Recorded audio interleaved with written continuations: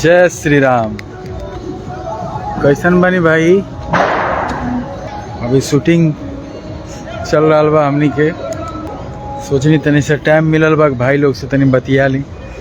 मैं ये पोस्ट डाल के तो लाइव नहीं आया हूँ, डायरेक्ट आगे नहीं कहा कि यहाँ की समय के पता ना चलेला ना कि कब शूटिंग से फुर्सत मिली कब ना मिली, और बोल के ना आइला पे भी बहुत ठीक ना लगेला।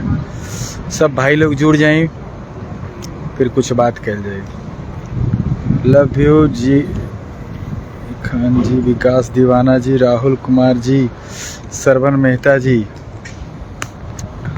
गुड इवनिंग भाई। रमेश यादव का हाल चाल बा भाई? प्रणाम, खुश रहा।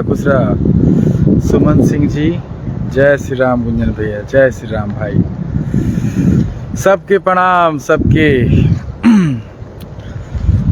और हम बहुत जल्द इंडिया आ रहा बानी। अपना देश में बहुत मिस करतनी, अपना देश के, अपना भाई लोग के, सबके।